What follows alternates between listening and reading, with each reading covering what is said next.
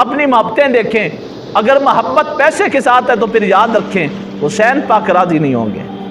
اگر محبت شہرت کے ساتھ ہے تو پھر یاد رکھیں حسین پاک کی سنگت نصیب نہیں ہوگی۔ حسین پاک کا عشق بڑا خرا عشق ہے، یہ کھوٹے بندے کو قبول نہیں کرتا۔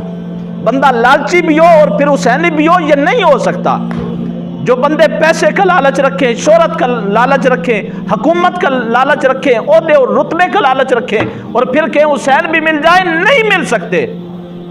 اگر آپ کو یقین نہیں تو عمر بن سعد کی تاریخ اٹھا کے پڑھیں، اگر آپ کو یقین نہیں تو شمر دل جوشن کی تاریخ اٹھا کر پڑھیں، اگر آپ کو یقین نہیں تو لاکھوں کوفیوں کی زندگی اٹھا کے پڑھیں۔ انہوں نے بھی محبت حسین کا نعرہ لگایا تھا، لیکن جب پیسے کی چمک دیکھی، جب اقتدار کی چمک دیکھی، جب شہرت کی چمک دیکھی اور جب انہوں نے خوف اپنے سامنے دیکھا، سارے پیچھے ہٹ گئے۔ جو پیچھے ہٹے وہ یزیدی تھے اور جو ڈٹ گئے وہ حسینی تھے۔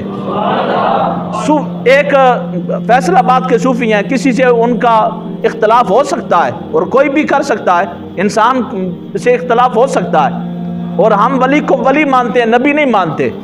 نبی معصوم عن الخطا ہوتا ہے، ولی سے کوئی نہ کوئی خطا ہو سکتی ہے۔ فیصل آباد کے صوفی ہیں صوفی برکت علی لدھیانوی رحمۃ اللہ علیہ۔ آپ سے کسی نے پوچھا حضور کبھی آپ کسی کی حمایت، کبھی کسی کی حمایت، کبھی کسی کی حمایت، آپ بتائیں تو صحیح آپ کا فرقہ کون سا ہے، آپ کا مذہب کون سا ہے، یہ تو بتائیں۔ ساری دنیا کو آپ نے اندھا کر رکھا ہے، آپ کا فرقہ کون سا ہے؟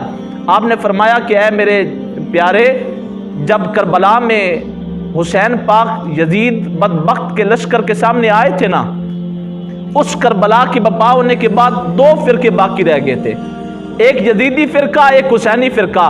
میں یزیدیت سے تعلق نہیں رکھتا، میں حسینی فرقے سے تعلق رکھتا ہوں۔ تو ہم وہ ہیں جو حسینی لشکر کا سپاہی ہونے کا دعویٰ کرتے ہیں اور رب کی بارگاہ میں دعا کرتے ہیں، یا اللہ ہمیں عمل کے اعتبار سے، فکر کے اعتبار سے، عقیدت کے حوالے سے، عقیدے کے حوالے سے سدا حسینی لشکر میں شامل فرما۔